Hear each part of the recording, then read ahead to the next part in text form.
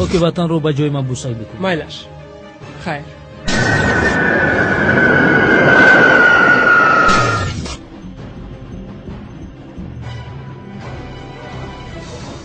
گوش میکنم. آدم دودویچ، من از فرودگاه بیرون شدم. پس به این گفته‌ها چی میخوایی؟ من به این گفته‌هایم میخوام که مینه سرت را پاش دهم و تو را به جهنم فرستم تا اینکه در نزد خداوند به همه گناه‌هایت جواب بدهی.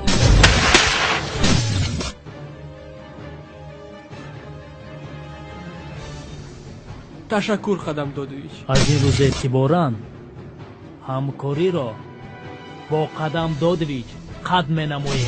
برای گناهایت در نزد قانون جواب میگویی.